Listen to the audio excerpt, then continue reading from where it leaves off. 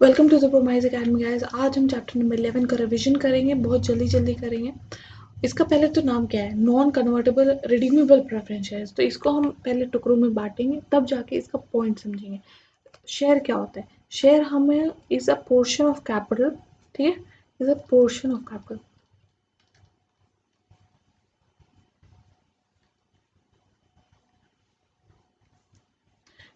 और ये डिफाइन कहाँ गया किया गया? सेक्शन 284 ऑफ कंपनीज एक्ट में डिफाइन किया गया। आप सबको पता होगा शेयर क्या होता है। एक हिस्सा होता है, एक टुकड़ा होता है कैपिटल का। जो हमारा पूरा कैपिटल होता है उसका एक छोटा सा पार्ट होता है। फिर प्रेफरेंस शेयर्स क्या होता है? प्रेफरेंस शेयर्स होता है, आपको पता है शेयर्स दो तरीके के होते हैं। एक होता है प्रेफरेंस और एक होता है इक्विटी। प्रेफरेंस में आपको तो पता ही है प्रेफरेंस किस बात के लिए इसे प्रेफरेंस कहा गया है। पहला, रीपेमेंट ऑफ कैपिटल और पेमेंट ऑफ डिविडेंड। इसके लिए इसको प्रेफरेंस का दर्जा दिया गया। और दूसरा है इक्विटी। इक्विटी में दो तरीके के हो सकते हैं, एक तो होते हैं डिफरेंशियल राइट के साथ और एक होता है नॉर्मल ऑर्डिनरी। ठीक। डिफरेंशियल राइट्स किस चीज़ के लिए हो सकते हैं? वोटिंग के लिए हो सकते हैं, डिविडेंड के लिए हो सकते हैं। और एक होता है नॉर्मल वोटिंग राइट्स वाले जो आपको मिलते हैं वो। ये भी हो गया। तो हमने दो चीज़ें देख ली, शेयर क्या होता है और एक प्रेफरेंस शेयर क्या होता है। और ये चीज़ आपको कहाँ बताई गई है कि कितने तरीके के शेयर्स होते हैं, क्या होता है क्या नहीं होता है। ये बताया गया आपको सेक्शन 43 में। कुछ सेक्शन आपको याद होने चाहिए since you are a professional level student. ठीक है। प्रेफरेंस शेयर्स और इक्विटी शेयर्स होते हैं, वो बताया गया सेक्शन 43 में। फिर यहाँ बात की गई है रिडीमेबल। जैसे कि आपको पता है इरिडीमेबल इशू नहीं कर सकते आप प्रेफरेंस शेयर्स। आपको रिडीमेबल ही इशू आप कर सकते हो। और उसका मैक्सिमम टाइम क्या है बताओ आप?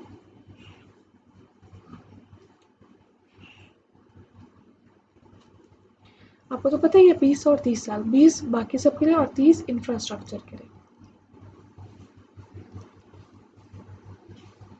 ये हो गया। नॉन कन्वर्टेबल मतलब इसका क्या मतलब होता है कि ये कन्वर्जन नहीं होगा इनटू इक्विटी शेयर्स।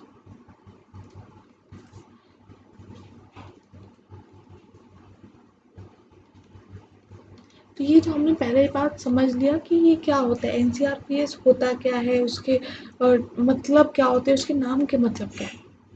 तो इसका टोटल अगर हम एक समेशन लें तो इसका मतलब क्या होता है कि कोई भी वैसा शेयर कैपिटल जो कि प्रेफरेंस फॉर्म में हो और जो रिडीमेबल हो। इरिडीमेबल हम इशू ही नहीं कर सकते, लीगली पॉसिबल नहीं है। और दूसरी बात है इसका कन्वर्जन नहीं होना चाहिए इक्विटी शेयर में। तो ये भी हमने देख लिया। फिर अब हम देख लेते हैं इंपॉर्टेंट हमारे प्रोविजंस क्या क्या हैं। और आपको पता होगा कि प्रेफरेंस के साथ पास ऐसे प्रेफरेंस के पास वोटिंग राइट्स नहीं होते, लेकिन तीन सिचुएशंस में ये बताया गया सेक्शन 48 में। तीन सिचुएशंस में वोटिंग राइट्स आ सकते हैं। पहला, वाइंडिंग अप अगर हो रहा है, ठीक है। दूसरा, मर्जर अमालगमेशन मतलब सेक्शन 233 एंड ऑल। फिर तीसरा, अगर बायबैक या रिडक्शन हो रहा है ना तब आती। लेकिन एक सिचुएशन और है कि इनके अलावा एक और सिचुएशन है जहां आपको वोटिंग राइट्स मिल जाती है as a preference share holder. और वो सिचुएशन है अगर आपका 2 साल का आपका डिविडेंड बकाया है, तब आपको राइट मिल जाता है आपको वोट करने का। ये सब हमने देख लिया प्रेफरेंस शेयर्स के बारे में। तो ये सब हमने देख लिया, आप एक बार देख लेना। और वोटिंग राइट्स किस प्रोपोर्शन में होती है? इक्विटी शेयर जितना आपके पास होते हैं उसी प्रोपोर्शन में आपको वोटिंग राइट्स मिलती है। मतलब अगर आपके पास एक शेयर है तो आपके पास एक वोट है। ठीक है, ये सब हमने समझ लिया। अब हम आते हैं कुछ इंपॉर्टेंट पॉइंट्स पे। आपको तो पता है कि रिडीमेबल का मतलब क्या होता है, हमने एक बार अभी यहाँ पे समझा है। रिडीमेबल मतलब कि 20 साल जो नॉर्मल शेयर जो सिक्योरिटीज़ होते हैं, जो प्रेफरेंस शेयर्स होते हैं, उसमें 20 साल और लेकिन इंफ्रास्ट्रक्चर में 30 साल। लेकिन उसमें एक बात कही गई है कि 20 साल होने के बाद से मतलब 21वें साल से लेकर 30 साल तक आपको हर साल 10% पे बैक करना है। आपको रिडीम करते जाना है। ठीक है, आपको ये सब पता है।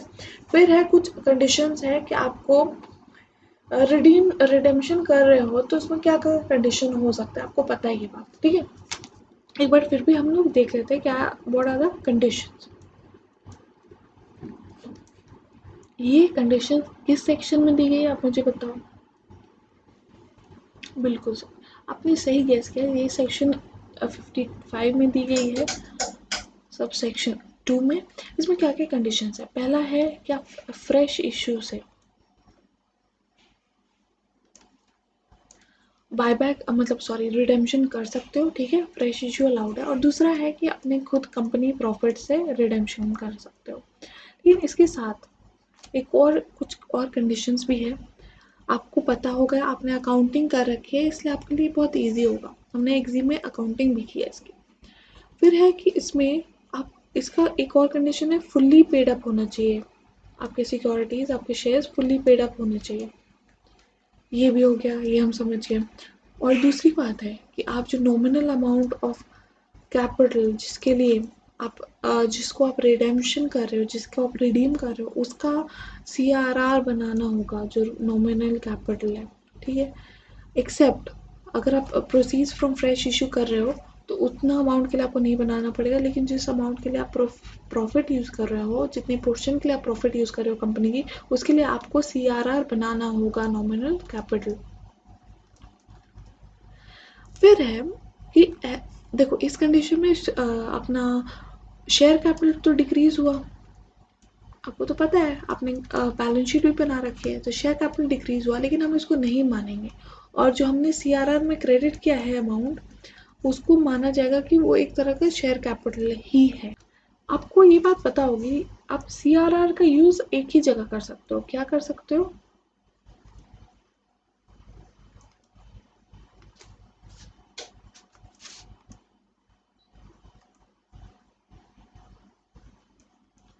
आप CRR का यूज सिर्फ और सिर्फ एक जगह कर सकते हो, बोनस शेयर्स इशू करने के लिए, फ्री ऑफ कॉस्ट जो शेयर्स होते हैं हम अपनी मेंबर्स को इशू करते हैं, उसके लिए आप इशू कर सकते हो CRR को।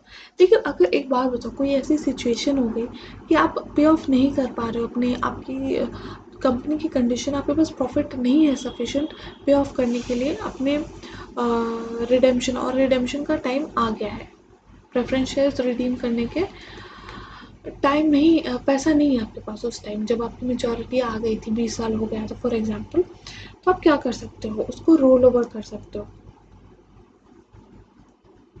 अब ये क्या होता है, इस कंडीशन में आपको परमिशंस कंसेंट चाहिए, पहला तो 3/4 वैल्यू मतलब आपको SR चाहिए, ठीक। और दूसरा है NCLT अप्रूवल चाहिए आपको, और ये कौन सा फॉर्म में होता है, ठीक है, 3/4 वैल्यू। ये चीज़ आपको ध्यान रखनी है कि ये विथ और विदाउट मीटिंग भी हो सकता है, मतलब अगर आपने रिटन कंसेंट ले लिया तो वो भी काम आपका चल जाएगा, ठीक है। दो चीज़ें हो गई, ये तो ठीक है। लेकिन ये आप बताओ कितने अमाउंट के लिए आप रोल ओवर करोगे, क्या आप सिर्फ उतना जितना आपको रिडेम्पशन करना था, मतलब जो हमारा प्रिंसिपल अमाउंट था वो नहीं, जो अगर आपने डिविडेंड भी नहीं दिया है, तो जो total of principal plus dividend, ये टोटल अमाउंट को रोल ओवर करोगे, और इसको क्या कहा जाए, इसको बोला जाएगा further issue of redeemable preference shares, further redeemable preference shares.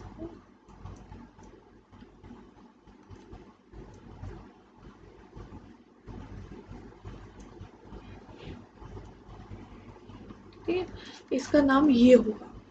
फिर है नेक्स्ट हमारा जो रूल दिया गया है वो है rule 15 of share companies share capital and debenture rules 2014। उसमें कहा गया है कि SS7 आपको फाइल करना है ROC को कितने दिन में,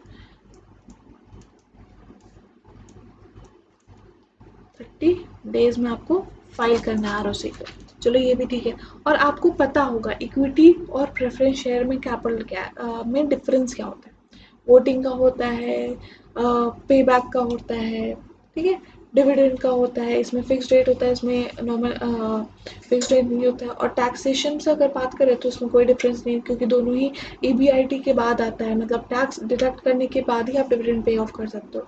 अब है कौन कौन सी जो ऑर्गेनाइजेशंस होती है, एंटिटीज़ होती है, वो इशू कर सकती है। पहला है पब्लिक कंपनी इशू कर सकती है, ठीक है, प्राइवेट कंपनी भी इशू कर सकती है, और तीसरा कहा गया है बैंकिंग कंपनी भी इशू कर सकती है एनसीआरपीएस। अब इसमें एक बार बताओ, ये सब तो ठीक है मैम, आप ये मुझे बताओ कि इसमें कौन कौन से लॉज लगेंगे, क्योंकि हम तो सीएस है, हमको लीगल कंप्लायंसेस हमारी में प्रायोरिटी है। तो कौन कौन से लॉज लगेंगे? कंपनीज एक्ट, आप बिल्कुल सही कह रहे हो, कंपनीज एक्ट तो लगेगा लगेगा। फिर है आरबीआई के कुछ गाइडलाइंस होंगे, क्योंकि बैंकिंग इन्वॉल्व है ना, तो आरबीआई के भी कुछ गाइडलाइंस हो सकते हैं, ठीक है। फिर एलओडीआर अगर हम लिस्ट करवा रहे तो, और तीसरा fourth one and last one is NCRPS, जिस जो हमारा ये पूरा चैप्टर जिस रेगुलेशंस पे बेस्ड है सभी के, उस वो भी एप्लीकेबल होगा। अब हम देख लेते हैं कि हमने अब तक क्या क्या कवर कर लिया हमारे बुक से। ये सब तो हमने देख लिया। फिर कौन इशू कर सकता है? Public, private and banks. कौन कौन सा लॉज एप्लीकेबल होता है? कंपनीज एक्ट होता है, आपको पता है, हमने डिस्कस किया। सेक्शन 55, सेक्शन कितने तरह के कैपिटल होंगे, सेक्शन 43 वेरिएशन होगा, सेक्शन 48। फिर एनसीआरपीएस रेगुलेशन, ये तो हम डिटेल में पढ़ेंगे। एलओडीआर हम एलओडीआर के चैप्टर में पढ़ेंगे, ठीक है। आरबीआई गाइडलाइंस ये थोड़ा सा ट्रिकी है, जनरली बच्चे इसे छोड़कर चले जाते हैं, और कई बार जो बच्चे इसे नहीं छोड़ते वो इसको रटने की कोशिश करते हैं। इसमें क्या कहा गया है कि नॉन इक्विटी शेयर्स हम इशू कर, इक्विटी इंस्ट्रूमेंट इशू कर सकते हैं, क्या नाम से? परपेचुअल क्यूमुलेटिव प्रेफरेंस शेयर्स या इनोवेटिव परपेचुअल डेट इंस्ट्रूमेंट्स। और ये दो तरीके से ये चीज़ें काम आनी चाहिए। पहला है लॉसेस। लॉसेस कहाँ से हो सकते हैं? Conversion of common shares into objective pre specified trigger point, written down mechanism that allocates losses to instruments at a pre-specified trigger point। ये सब हम पढ़ेंगे बाद में जब ज़रूरत पड़ेगी इसकी। और ये हमारा टायर 2 कैपिटल में आता है।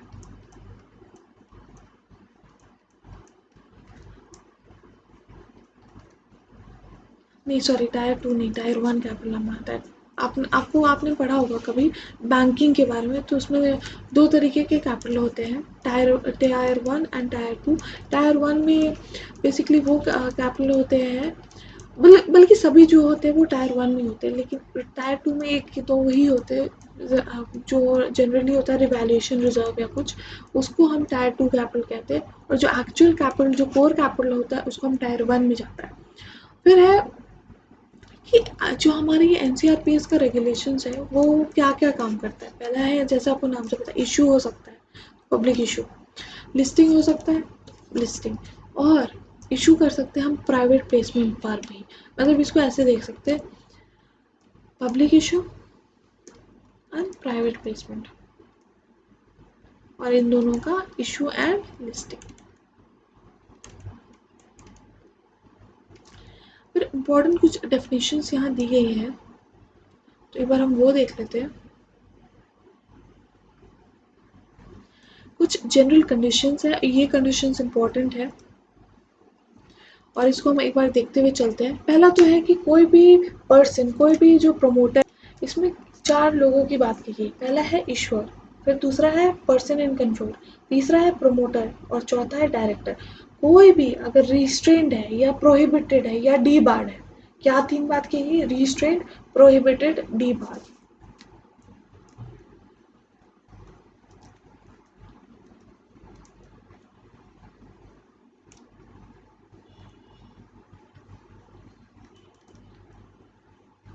तीन बात यहाँ की गई है, रिस्ट्रेंट, प्रोहिबिटेड, डीबार्ड। और कौन कौन से चार लोगों के बारे में बताओ एक बार? ईश्वर, पर्सन इन कंट्रोल, फिर है डायरेक्टर, और फोर्थ वन है सब प्रमोटर। अगर वो सेबी के द्वारा क्या है, तीन, ये चार लोग अगर ये है, मतलब रिस्ट्रेंट है, प्रोहिबिटेड है, डीबार्ड है, from accessing the securities market, तो वो इशू नहीं कर सकते। They are not eligible for issuing NCRPS, ऐसी ऑर्गेनाइजेशन नॉट एलिजिबल है। फिर है कि अगर कोई भी विलफुल डिफॉल्टर है, ठीक है, कौन? ईश्वर, प्रोमोटर, डायरेक्टर। यहाँ एक चीज को छोड़ दी गई है, that is PIC, person in control. यहाँ सिर्फ और सिर्फ तीन लोगों की बात की गई है। Just a second.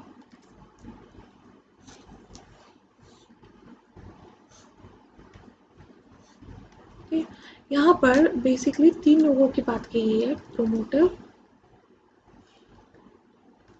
डायरेक्टर और ईश्वर। अगर ये लोग में से कोई भी विलफुल डिफॉल्टर है,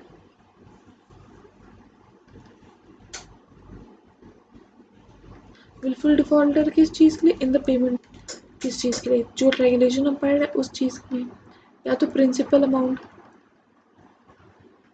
या फिर इंटरेस्ट अमाउंट, किस चीज़ का, एनसीआरपीएस।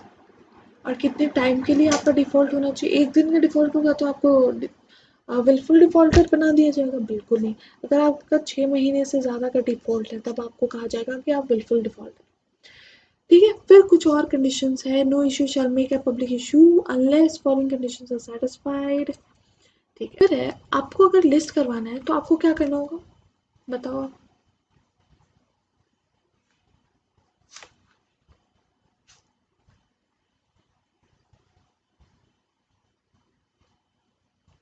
पहली बात है कि अगर आपको लिस्ट करवाना है तो पहले तो एप्लीकेशन करना पड़ेगा, किसको, स्टॉक एक्सचेंज को। ठीक है, उसके बाद उससे इन प्रिंसिपल अप्रूवल भी लेना पड़ेगा। चलो सही है, चलो ये भी हमने देख लिया। अब फिर है कि आपका डीमैट फॉर्म में भी होना चाहिए आपके सिक्योरिटीज, तो उसके लिए हम डिपॉजिटरीज एक्ट फॉलो करेंगे और हमारे डिपॉजिटरीज के साथ अग्रीमेंट करेंगे। चलो डीमैट हो गया। फिर है क्रेडिट रेटिंग भी होना चाहिए आपके शेयर सिक्योरिटीज का, और क्रेडिट रेटिंग ए माइनस से ऊपर ही होना चाहिए, बल्कि और मोर है, ए माइनस और मोर। फिर हमारी बात की गई है आपको जो मिनिमम टेन्योर है ना एनसीआरपीएस का, वो 3 साल होना चाहिए मिनिमम पीरियड। और लास्ट कंडीशन है कि आपको CRR बनाना पड़ेगा, जितने भी अमाउंट का अगर आपने प्रॉफिट से रिडीम कर रहा है अभी तक, उसके लिए CRR बनाना पड़ेगा। तो ये कंडीशंस बेसिकली कुछ नहीं है, बल्कि आप देख लो ये छोटे से 7 कंडीशंस हैं। पहला तो था कि विलफुल डिफॉल्टर नहीं होना चाहिए, issuer, director, promoter wilful defaulter नहीं होना चाहिए। क्यों डिफॉल्टर नहीं होना चाहिए, अगर पेमेंट ऑफ इंटरेस्ट प्रिंसिपल या इंटरेस्ट ऑफ एनसीआरपीएस का 6 महीने से ज़्यादा का अगर उन्होंने डिफॉल्ट किया तो उनको विलफुल डिफॉल्टर माना जाएगा और वो एलिजिबल नहीं होंगे फर्दर एनसीआरपीएस इशू करने में। ठीक है, वो कंडीशन हो गया। फिर है promoter, director, person in control और इशूअर, ये 4 पर्सन अगर रिस्ट्रेन, प्रोहिबिटेड या डीबार्ड है फ्रॉम एक्सेसिंग कैपिटल मार्केट, तब भी उनको अलाउ नहीं किया जाएगा एनसीआरपीएस इशू करने के लिए। और लास्ट हमारा सेकंड पॉइंट आता है उसमें कि एप्लीकेशन करना पड़ेगा स्टॉक एक्सचेंज को, इन प्रिंसिपल अप्रूवल मिलेगा, परमिशन मिल जाएगा। तो फिर है डीमैट फॉर्म में हमारी सिक्योरिटीज होनी चाहिए, उसके लिए हमें डिपॉजिटरीज के साथ अग्रीमेंट करना होगा। फिर है क्रेडिट रेटिंग, क्रेडिट रेटिंग क्या होना चाहिए, मिनिमम ए माइनस तो मिनिमम होना ही चाहिए। फिर है टेन्योर 3 साल तो होना चाहिए, अगर हमने प्रॉफिट से रिडीम किया है तो हमारा जो CRR होना चाहिए वो उतने अमाउंट के लिए क्रिएटेड होना चाहिए, nominal amount for the amount redeemed. फिर है कि हमें लोन, जस्ट अ सेकेंड, यहाँ पर एक एंड यूज रेस्ट्रिक्शन बताई गई है, ये आपका कंडीशन है एंड यूज रेस्ट्रिक्शन। ये बताया गया है कि आपने जो भी पैसे उठाए हैं ना एनसीआरपीएस इशू करके, तो उसको आप क्या चीज़ के लिए यूज़ नहीं कर सकते। पहला दो बात की गई है, एक तो लोन और एक्विजिशन, आप शेयर्स एक्वायर करने के लिए इसे यूज़ नहीं कर सकते। और लोन अपनी किसी भी प्रोमोटर ग्रुप या मैनेजमेंट में किसी भी कंपनीज को अक्वायर, सेम मैनेजमेंट की कंपनीज को अक्वायर करने के लिए यूज़ नहीं कर सकते। वही बात यहाँ दी गई है। फिर है कि मर्चेंट बैंकर एक या उससे ज़्यादा अगर है, पहले तो एक मर्चेंट बैंकर अपॉइंट करना होगा, अगर एक से ज़्यादा मर्चेंट बैंकर है तो उसमें से एक को लीड मर्चेंट बैंकर बनाना होगा। फिर है इसमें 3 कंडीशन दी गई है कि सेक्शन 26 का वायलेशन नहीं होनी चाहिए, जो भी डिस्क्लोजर्स है वहाँ पे बताए गए हैं। प्रोस्पेक्टस के कंटेंट्स को लेकर, कंटेंट्स ऑफ प्रोस्पेक्टस, ठीक है, उसके बारे में बताया गया है, आप उसको वायलेट नहीं कर सकते। तो आपको स्केड्यूल 1 जिसमें डिस्क्लोजर्स दी गई है, इसी रेगुलेशंस के स्केड्यूल 1 में अगर कुछ डिस्क्लोजर्स दी गए हैं तो आपको उसको भी डिस्क्लोज करना पड़ेगा। और अगर कोई एडिशनल डिस्क्लोजर्स में क्या आ सकता है, आपकी क्रेडिट रेटिंग आ सकती है, अंडर राइटिंग आपने कोई अग्रीमेंट किया था वो आ सकता है, वो सब यहाँ दिया गया है कि अगर आपने उस सब चीज़ों में से कुछ किया है तो आपको वो भी डिस्क्लोज करना पड़ेगा। कोई भी मटेरियल डिस्क्लोजर्स रेलेवेंट है, लोगों को जानना ज़रूरी है, तो आपको वो डिस्क्लोज करना होगा। तो ये जो पॉइंट्स है वो है फाइलिंग ऑफ ऑफर डॉक्यूमेंट। इसमें देखो कुछ पॉइंट्स दी गई है, उसको मैंने एक चार्ट की तरह बनाया है आपके सामने। ये ऐसे पढ़ने में समझ नहीं आता कई बार, ऐसे रिवाइज अगर आप भी खुद बनाकर लिखोगे, बनाकर रखोगे अपनी बुक्स में, कॉपीज में, तो आपके लिए भी बहुत आसानी होगी। पहला है कि हमें अपने जो ड्राफ्ट ऑफर डॉक्यूमेंट है DOD, उसको stock exchange, designated stock exchange को भेजना होगा, और तुरंत तुरंत सेबी को भी भेजना होगा। कौन से? फाइनल और ड्राफ्ट दोनों ही। और फिर है वेबसाइट पे भी डिस्क्लोज करना पड़ेगा 7 दिन के लिए। और किसकी वेबसाइट पे? डेजिग्नेटेड स्टॉक एक्सचेंज के पे कमेंट्स के लिए। और वेबसाइट और भी किसकी? डेजिग्नेटेड स्टॉक एक्सचेंज तो ठीक है, उसकी वेबसाइट पे। और मर्चेंट बैंकर इशूअर, उसकी वेबसाइट पे भी। और जो स्टॉक एक्सचेंज, फिर आप कहोगे ये भी तो स्टॉक एक्सचेंज है, ये भी स्टॉक एक्सचेंज है। नहीं, ये स्टॉक एक्सचेंज वो है जिनके पास आपने कोई भी एप्लीकेशन की थी, एक से ज़्यादा में भी आप लिस्ट करवा सकते हो ना। तो ये एक था, और एक से ज़्यादा वाले बैलेंस यहाँ पर आ जाएंगे। अपने कंप्लायंस ऑफिसर्स का भी कॉन्टैक्ट डिटेल्स आपको देना पड़ेगा। किसके कंप्लायंस ऑफिसर्स? इशूअर और मर्चेंट बैंकर दोनों के। और due diligence certificate merchant banker आपको देगा। और आपको ये इंश्योर करना है, मर्चेंट बैंकर को बेसिकली ये इंश्योर करना होता है, लीड मर्चेंट बैंकर को, कि जो भी कमेंट्स हमें यहाँ मिले हैं उसे all those comments are suitably address. फिर मोड ऑफ डिस्क्लोजर्स, देखो वेबसाइट तो अवेलेबल होनी चाहिए फॉर डाउनलोडिंग। अगर कोई मांगे तो आपको वो फिजिकल कॉपी भी देनी होगी। एडवर्टाइजमेंट्स करवा सकते हो आप। क्या है? एक इंग्लिश न्यूज़पेपर पे और एक हिंदी न्यूज़पेपर पे, जहाँ पे भी आपका रजिस्टर्ड ऑफिस लोकेटेड है, before the opening of issue, ठीक है, उसमें कोई भी ऐसी प्रॉब्लम नहीं है। और आपको क्रेडिट रेटिंग बतानी होगी। अप्रेज प्रोस्पेक्टस में क्या कहा गया है कि आपको कोई भी ऐसा फालतू का बात, कोई भी झूठा बात नहीं लिखना होगा। और आप जैसे आपने कभी भी किसी चीज़ का एप्लीकेशन फॉर्म भरा होगा तो उसमें देखा होगा नेम स्पेस, तो यही बात की गई है कि एडिक्वेट स्पेस होना चाहिए जैसे अपना आपका नाम भरने के लिए एप्लीकेशन फॉर्म में। फिर है कि फिर कहा गया है कि आप ऑनलाइन एक इलेक्ट्रॉनिक मेथड भी दे सकते हो through online system of designated online facility provide as provided by the designated stock exchange for subscription. किस चीज़ के लिए? सब्सक्रिप्शन। ठीक है, ये भी हो गया। अब ये दूसरी बात कही है, NCRPS आप बुक बिल्डिंग से भी इशू कर सकते हो, और फिक्स्ड प्राइस से भी इशू कर सकते हो। बुक बिल्डिंग या फिक्स्ड प्राइस। हमारा नेक्स्ट पॉइंट है रिडेम्पशन। जो भी एज पर द डॉक्यूमेंट्स होगा उसको जो हमारा ऑफर डॉक्यूमेंट होगा उसके अकॉर्डिंग हमें रिडीम करना पड़ेगा। अगर मिनिमम सब्सक्रिप्शन नहीं मिलता है तो फिर से यहाँ पे 15% है, आपको इंटरेस्ट के साथ पे ऑफ करना पड़ेगा। अंडर राइटिंग करवाना पड़ेगा, करवा भी सकते हो, नहीं भी करवा सकते हो, लेकिन अगर करवाते हो तो उसका एडिक्वेट डिस्क्लोजर्स देना होगा। ये बेसिकली एक प्रोसेस है कि हमारा कैसे ये वर्क फ्लो होता है, वर्क फ्लो का फ्लो चार्ट है ये। पहले तो हमें एप्लीकेशन लगवानी पड़ेगी लिस्ट करवाने के लिए, और फिर उससे इन प्रिंसिपल अप्रूवल लेना पड़ेगा, क्रेडिट रेटिंग लेना पड़ेगा, अग्रीमेंट करवाना पड़ेगा डिपॉजिटरी के साथ for issuing shares in demat form, merchant banker को अपॉइंट करना पड़ेगा, ड्राफ्ट ऑफर डॉक्यूमेंट भेजना पड़ेगा, वेबसाइट पे डालना पड़ेगा, एडवर्टाइजमेंट करना पड़ेगा। देखो वो चीज़ जो चीज़ हमने पढ़ रखी है ना, वही चीज़ को रिपीट किया गया है। तो ये चीज़ अगर आप पढ़ते हो तो बहुत अच्छी बात है, क्योंकि ये रिविजन हो जाता है। इशू शैल डिसाइड प्राइस, मतलब ये आप किसी भी ढंग से कर सकते हो, चाहे बुक बिल्डिंग हो, प्राइस फिक्स्ड प्राइस इशू हो। और अगर आपको नहीं मिलता है तो आपको 15% पे रिफंड करना पड़ेगा। फिर है an issue decides of making offer. इस जो हमारा लिस्टिंग अग्रीमेंट है, यहाँ 3 बातें कही गई है, ठीक है। नहीं, लिस्टिंग अग्रीमेंट नहीं, सॉरी, मैंडेटरी लिस्टिंग। यहाँ पे बेसिकली 3 बातें कही गई है जो आपके सामने है। पहला है सेक्शन 40 को कंप्लाई करना पड़ेगा ऐसी पब्लिक इशू करने के लिए। और सेक्शन 40 क्या कहता है? Securities to be dealt with stock exchange. और दूसरा है हमारा जो लिस्टिंग अग्रीमेंट है उसको कंप्लाई करना पड़ेगा, और जो भी हमारा काम है वो 6 दिन के अंदर from the date of closing of issue complete हो जाना चाहिए। और हमें LODR को भी कंप्लाई करना होगा, ठीक है। Issue of NCRPS on a private placement basis, इसमें भी बहुत सारे कंडीशंस रिपीट। जैसा कि आपके सामने है कि पहला प्राइवेट प्लेसमेंट बेसिस पे अगर आप करते हो तो आपको कंपनीज एक्ट तो हमेशा ही कंप्लाई करनी होगी। क्रेडिट रेटिंग भी आपको लेना होगा, डीमैट फॉर्म में होना चाहिए, CRR बनाना पड़ेगा, और फिर वही सेम कंडीशन है एंड यूज रिस्ट्रिक्शन वाला कि आप लोन लेने या एक्विजिशन के लिए यूज़ नहीं कर सकते और आपको कंडीशंस ऑफ लिस्टिंग जो लिस्टिंग एग्रीमेंट में है वो सारे कंप्लाई करने होंगे।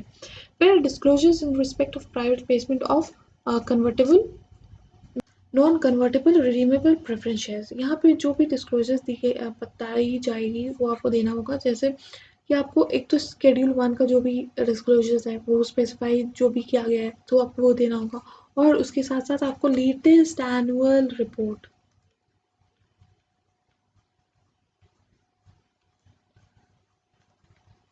को भी अटैच करना होगा। और ये सब चीज़ें अवेलेबल फॉर डाउनलोड होनी चाहिए on the website of the stock exchange जहाँ पे भी लिस्टेड है। लिस्टिंग 15 दिन of the date of allotment 15 days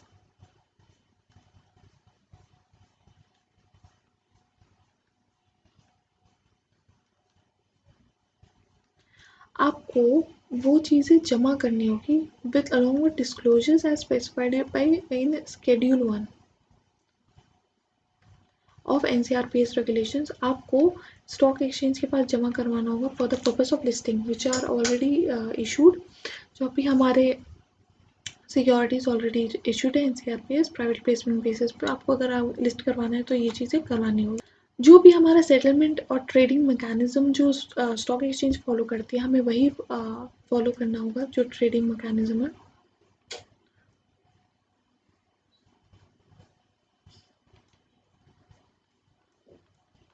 and जो भी अगर हमारा ओवर द काउंटर कोई भी ऐसा सेल होता है या फिर सिक्योरिटीज़ बाय परचेज होती है बाय सेल होती है तो आपको वो चीज़ रिपोर्ट करवानी होगी स्टॉक एक्सचेंज को। ठीक है। ऑब्लिगेशंस क्या है इश्योर की और इसमें कोई टेक्निकल चीज़ एकदम नहीं है। इसमें आप अपने सामने देख सकते हो डिस्क्लोज ऑल मटेरियल फैक्ट्स। ठीक है ये इश्योर करेगा।